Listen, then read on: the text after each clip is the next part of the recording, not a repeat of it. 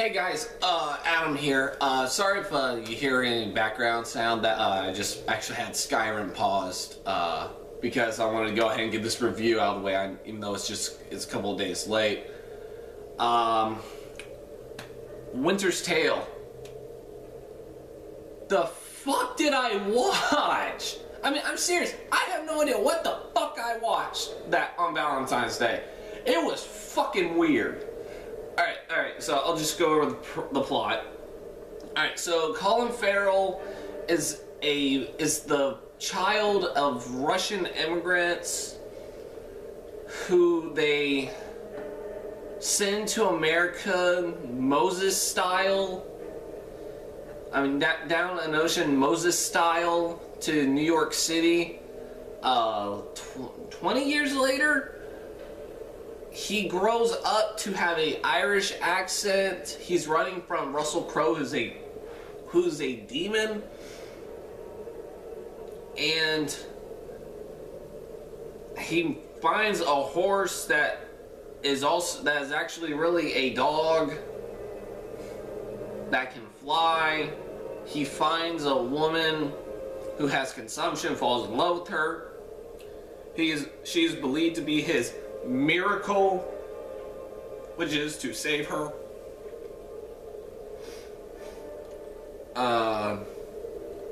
Russell Crowe tries to kill her.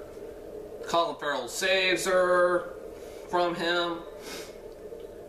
They go to this house where they continue to fall in love. And she dies from consumption. He tries to save her, but he doesn't. Russell Crowe finds him, beats him, throws him into a river. He survives. He has amnesia. Flash forward to 2014. Colin Farrell's still alive, looking the same as always. Turns out that he was the miracle to his dead girlfriend. He meets Jennifer Connelly, who has a daughter with cancer. Colin Farrell gets them, flies them on the horse to the house that he was at 100 years ago to try and save her. He fights and kills Russell Crowe, and he saves the girl, and he then goes to heaven, I guess, to be with his dead girlfriend. Yeah, that's the plot. I have no idea what the fuck was going on. Alright, so, well, really the premise was interesting, at least, and so was the lore. There was definitely mythology behind this, because it's based on a book. My dad read it, I haven't. So I don't know how faithful it was to the book, but I'm going to assume not by much. But yeah, it does have an interesting premise, and it does have an interesting mythology. The downside is they don't take advantage of it. They don't go anywhere with it. They don't really even explain that much. You're still scratching your head, just going, what? Huh? But yeah, no, it was weird. It was very weird. Yeah, and I may keep this review short just because I have no idea what the fuck was going on. Visuals looked nice at times. I mean, there were times where it was obviously green screened, and when you see that, you're just going, what the fuck? Where'd that budget go? The wings on the horse looked pretty bad. Because they weren't supposed to be actual wings. They were supposed to be like beams of light that are shaped into wings. That was weird too.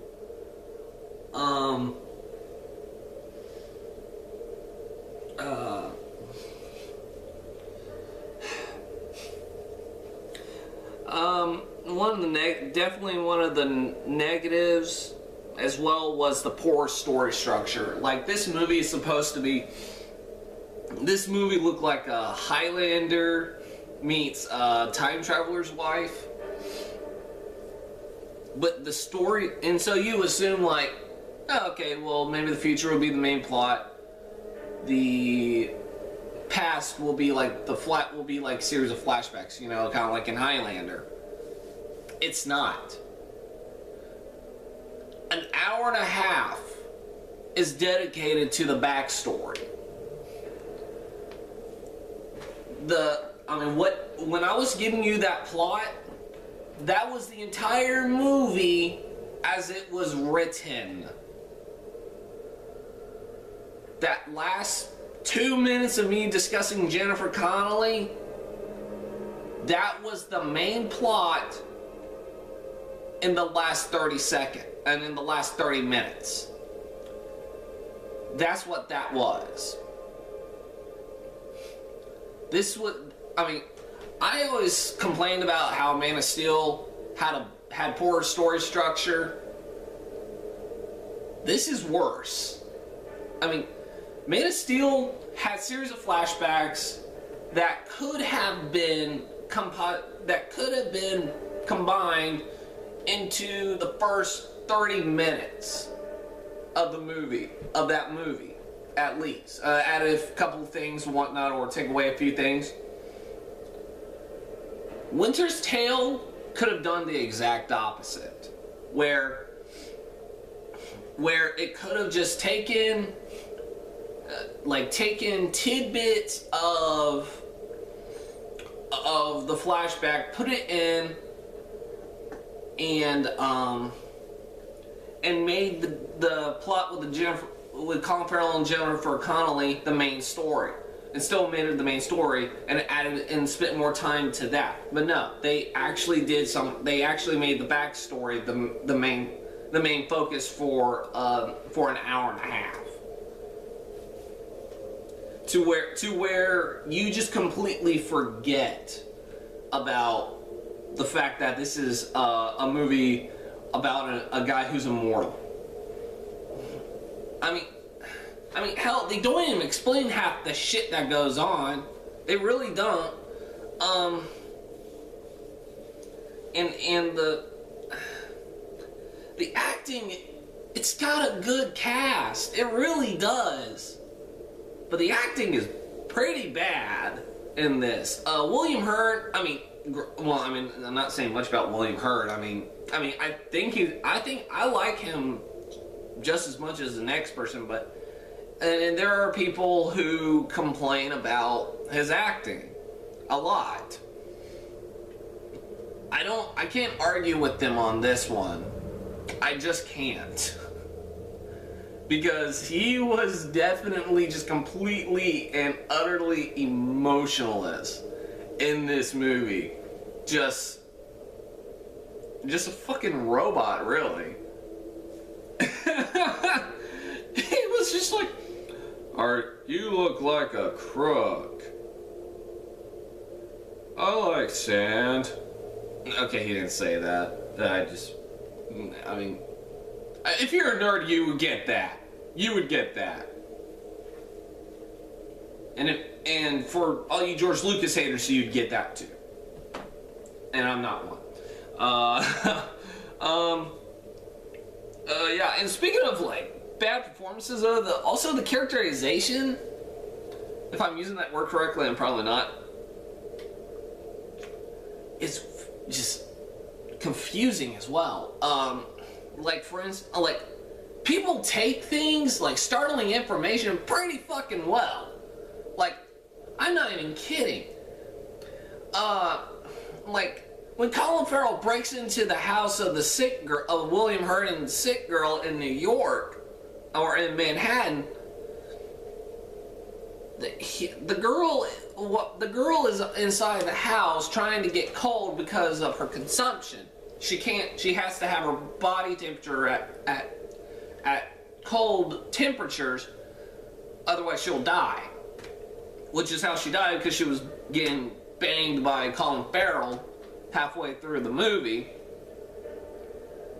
But so Colin Farrell breaks in, he has a gun, he tries to break into a safe, he starts hearing piano music, he walks in, there's the girl, and she just turns around and goes, "Hello? Oh, you have a gun?" And Gus is like, "Yeah, I'm actually here to rob your place." I say, "Oh, would you like a spot to tea then?" I'm not even kidding. She's not fucking fazed by this. I mean, I understand that she knows she's gonna die sooner or later. And she's not afraid to die, but Jesus fucking Christ, you can at least show that there's a guy in your fucking house trying to rob your place with a gun. Okay? I don't care if I am dying from AIDS. I see a dude in my house with a gun, I'm going to be scared. I'm going to be fucking scared. And I'm going to fight back. I will probably die, but I will fight back. But no, she takes it relatively well. And the same thing with William Hurt. When I said, it's like, "You look like a crook," and Colin Farrell actually admits that he is a thief and he actually broke into his house to rob them. He was like, "Okay, I don't necessarily agree with it, but my daughter seems to like you, so I wanted to let it slide."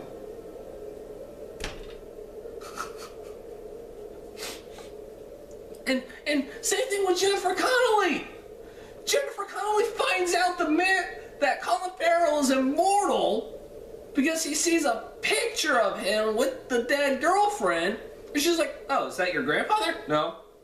Is that you?" Yeah, that's me." She goes, "Wow, this is weird." Jennifer Connelly can act better than that. I'm pretty sure when she read that script, she was like, "Can I not emote?" Because, I mean, I have a guy who looks like he's in his 30s, who looks like he's in his 30s, but has lived for over 90 years, and I'm going to be a little freaked out. I'm either going to be really skeptical or really freaked out, or both. And she takes it pretty fucking well and accepts it as fact. As fucking fact. Oh my God. Oh, no, that's not even the best part of that. They meet the editor-in-chief of the New York Times, who turns out to be the little sister of Colin Farrell's dead girlfriend, who is grown up, all grown up. She sees him in her, like, at the reception's desk. He just goes, "Hello, little Ella." She goes, "Oh, Colin Farrell's character." I can't remember his name. Peter, that was it. Peter Blake. The fuck? Yeah, that was his name. She accepts the fact that there is an obviously 100-year-old man who still looks like in his 30s alive. She doesn't even have a fucking heart attack. She just accepts it. She accepts the fact that the man who was in love with her older sister is still alive. Oh my God. I was just dumbfounded by this, because I'm pretty sure this is not normal human reaction. I mean, granted, I would have been like, "That's cool. That is fucking cool," but I would have at least had some sort of fucking reaction other than, "Oh, okay. Yeah. No. Oh, yeah, and there's a character in here that's in like 2 scenes and just completely wasted. I don't even think he had a fucking name, but he's like supposed to be Colin Farrell's friend. He's like, Colin Farrell, like, after he finds the horse or the dog, I don't know, whatever the fuck it is, he goes to his friend. He's like, here, I need a saddle, some clothes and whatnot. Here's some money. He walks away. The guy says, hey, you forgot your change. And turns to the horse and says, I was wondering when you'd get here. I'm like, what? Wait, you know what this thing is? Explain. I have no idea what this is. And who are you? Are you an angel or what? I had no idea who he was. And then he reappears, and he's not seen again until Colin Farrell walks through Central Park and meets Jennifer Connelly and her daughter. And all he says is, all he does is he sits there, flips this coin that he's had for almost 100 years, and says, "You forgot your change, Pete." And that's it. That's all he does. There was really no fucking purpose behind him at all. None. Oh my god. This was fucking this. And I hadn't gone to the doozy. I haven't. By this point, you guys are probably going, I'm not gonna go see it. No. I recommend you see it. Just for this. Just for this scene. And then you can leave and get your refund.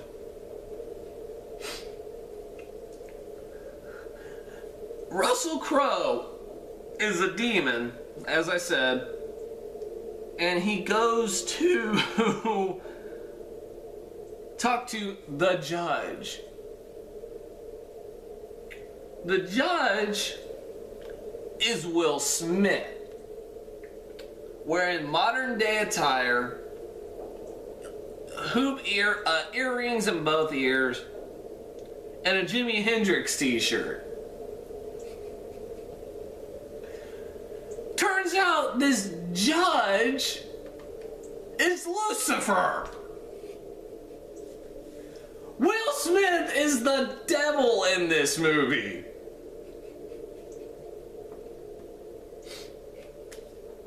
And he's only in 2 scenes wearing modern day attire and a Jimi Hendrix t-shirt. And both scenes take place in 1916.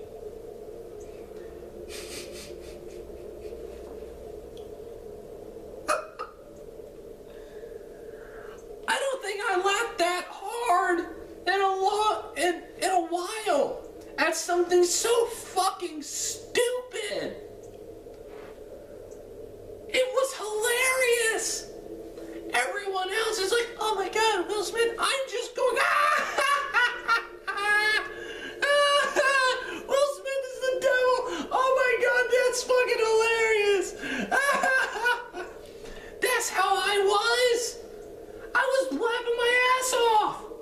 It was hilarious.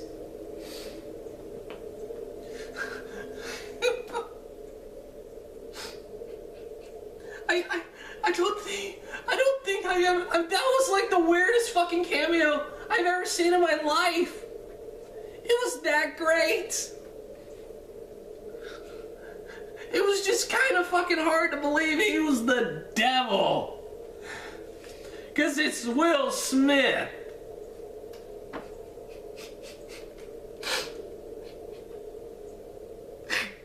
Okay. Alright. I think I got through all of it. Movie. It's really forgettable, and a lot of it I have forgotten. So, yeah. This movie, just fucking weird. If I'm gonna give it a score, I'm gonna give it a 4 out of 10. It's really, I would just go see it because Will Smith is in it for like 2 scenes and then just leave. after the first one, just leave after you know Will Smith is in this movie, and then walk out and get your money back. Because it's not a very good movie. It really isn't. I mean, it didn't piss me off or anything. It wasn't. I mean, it wasn't like nut job levels of bad, or even Paranormal Activity the marked ones levels of bad. This is just bad. This was like just, this is so bad that I mean, it's just bad. That's all it is. Like, nut job is just a piece of shit that I got pissed off at. This is just bad where I was laughing for all the wrong reasons. Let's see. Let me go ahead and go through trailers. Here we go. Alright, trailers. Alright, first off is a new one I saw called One Chance. It's a movie that takes place in England. And it's about a man who is an opera singer, an aspiring opera singer. And he's trying to make money to get into opera school or something like that. And he goes and he participates in Britain's Got Talent. This is a true story. Even and I don't know whether he wins or something like that, but this was interesting because I know it's based on a true story, but it looks like it's also going to be a comedy. It's got a few good actors in it. A few really good, funny actors. Colin Farrell is in it. If you don't know who he is, he was in Star Trek Next Generation. He played the Irish engineer. I can't remember his name now. It's been a while since I watched that show. He also plays Thomas Durant on Hell on Wheels. If you watch that on AMC, it's a really good show. But he plays the main character's father, who disapproves of him being an opera singer. Now, throughout this entire trailer, they don't show him actually singing, or they show it, but they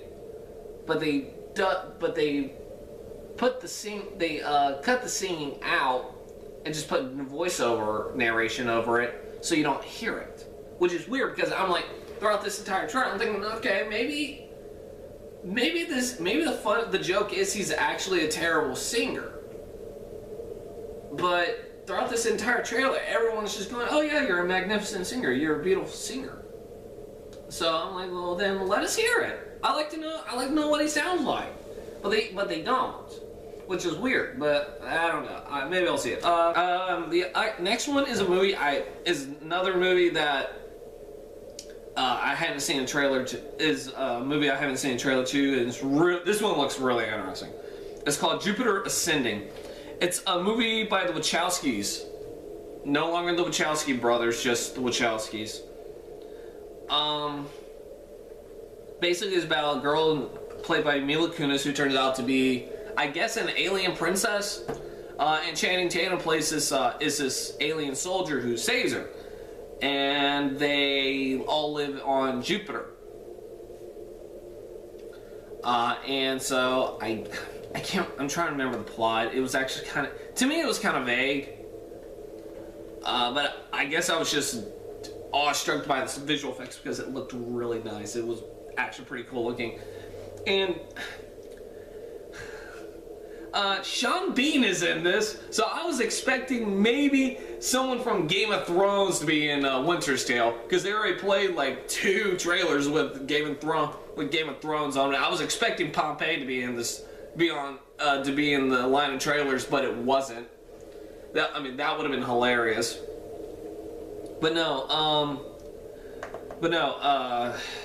This definitely was an interesting movie. What got me though was that Channing Tatum is again playing an action hero. I've seen White House Down. He's no John McClane, so seeing him in this movie playing someone who's supposed to be this tough warrior, and you can't help but know for a fact that it's Channing Tatum, who to me is not the worst actor ever. He's not a great actor, but he's an actor trying to find his element, really. I mean, it's obvious he was able to find it in movies like 21 Jump Street, This Is the End, and whatnot. And a serious action role, and while White House Down was not really taken seriously, it could have been played by someone who was a little gruffer. Same here. Like, Channing Tatum's is not like a straight up soldier. He's not a soldier, even though he played one in Stop Loss. But that made more sense then. But here he's trying to play like this warrior. He's not a soldier. He's a warrior in this. He's a straight up warrior, and it's hard to believe that when you know how much of a pretty boy he is. I mean, he's a pretty boy. He's not a warrior. He's a pretty boy. He's a jock. But it looks good, so I'll definitely take a look at it when it comes out. Is another new trailer called Blended.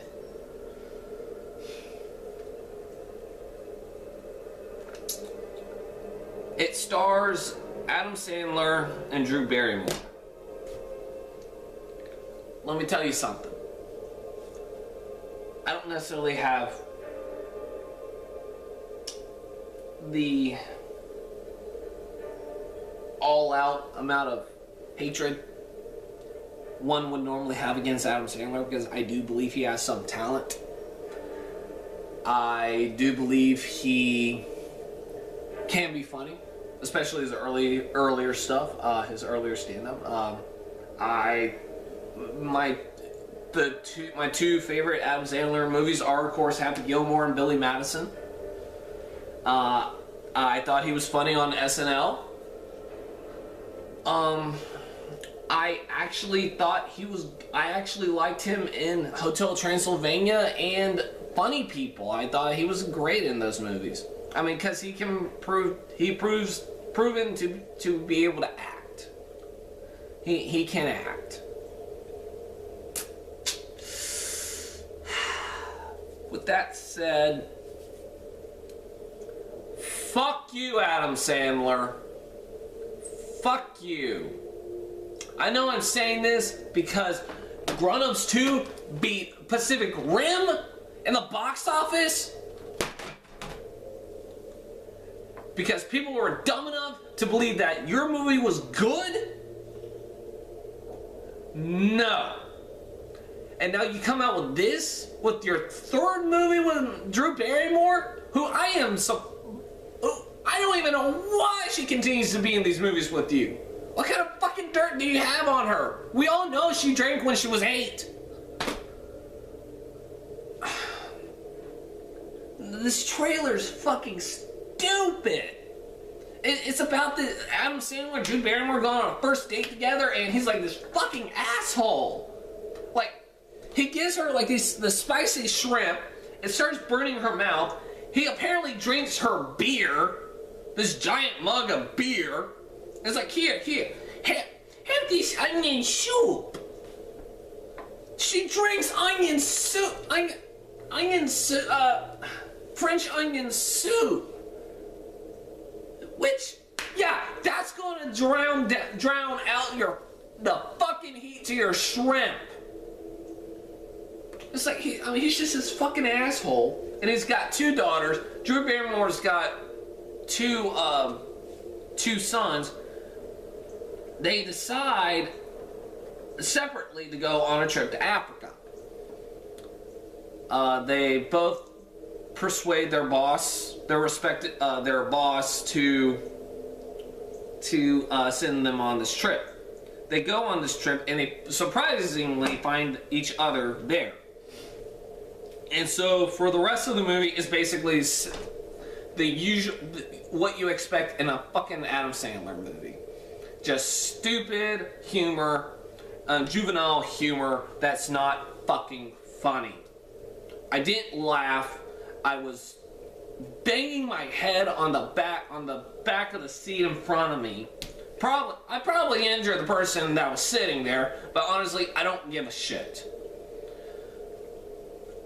Adam Sandler, Adam Sandler's just not funny anymore.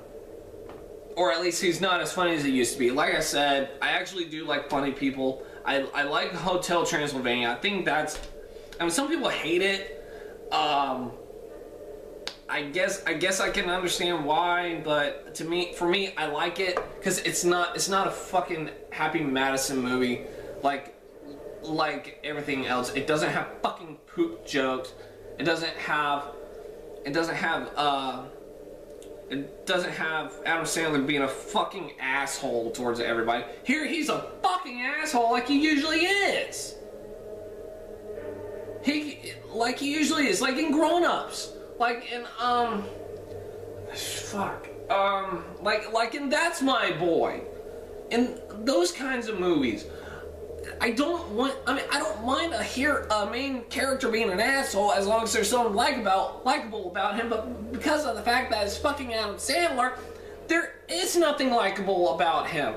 Nothing. I mean, there used to be, but there isn't now.